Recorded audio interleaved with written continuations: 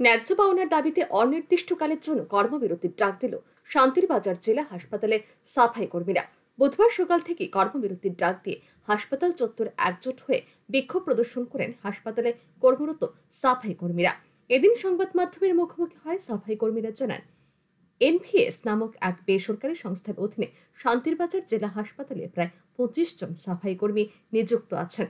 নিয়ম অনুসারে মাসিক 13,386 টাকা বেতন দেওয়ার কথা থাকলেও সংস্থার তরফ থেকে তাদের প্রায় অর্ধেক বেতন দেওয়া হচ্ছে। এরই মধ্যে গত 3 মাস ধরে বেতন নিয়ে তালবাহানা করছে ঠিকাদার। এ বিষয়ে ঠিকাদারের সাথে যোগাযোগ করা হলে 1 সপ্তাহের মধ্যে বেতন দেওয়ার কথা দিয়েছিল ওই ঠিকাদার, কিন্তু 1 সপ্তাহ অতিক্রান্ত হয়েও তাদের বকেয়া বেতন পরিশোধ করা হচ্ছে না। এর ফলে আর্থিক দিক দিয়ে সমস্যায় পড়তে হচ্ছে তাদের। তাই এক প্রকার বাধ্য হয়ে কর্মবিরতির ডাক দেন তারা। তাদের দাবি চুক্তি অনুসারে যে বেতন ধার্য করা হয়েছে সে বেতন প্রদান করতে হবে এবং প্রতি মাসের 10 তারিখের মধ্যে বেতন প্রদান করতে হবে। তা না হলে কর্মবিরতি চালিয়ে যাবেন তারা। এ বিষয়ে রাজ্যের মুখ্যমন্ত্রীরও দৃষ্টি আকর্ষণ করেন হাসপাতালের সাফাই কর্মীরা। আমরা ন্যায্য বেতনের দরকার। আমরা সুপ্রিম স্টাফ হসপিটালে তো আমরা ঠিক মতো বেতন পাই না আর কি।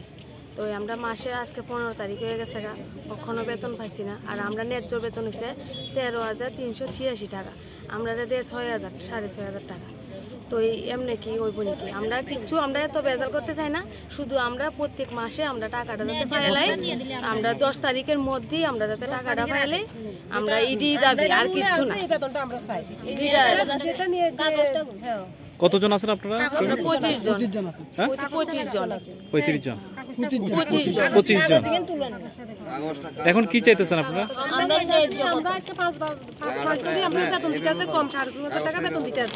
কিন্তু রুলে ধরা আছে দেখেন 13,386 টাকা। এর ভিতরে আমরা দৈনিক হাজিরাটা লেখা আছে কত, তো ওই দৈনিক হাজিরাটা যদি দেয় আমরা, তাহলে আমরা কাজ করবো। আমরা দৈনিক হাজিরা চাই। আমরা তো দৈনিক হাজিরা হিসেবে কোম্পানি নাম NBS company. National volunteer service. এখন চিকিৎসকেরা কি কইছে?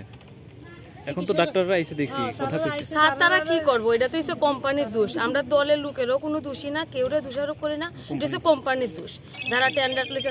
আমরা চাই যে আমরা ঠিক মতো বেতনটা। সাফাই কর্মীদের এই কর্মবিরতির ফলে হাসপাতালে রোজকার সাফাইয়ের বিষয়টি বিঘ্নিত হচ্ছে।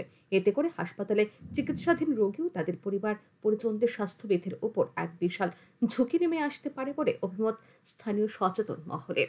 Bureau report, RE news.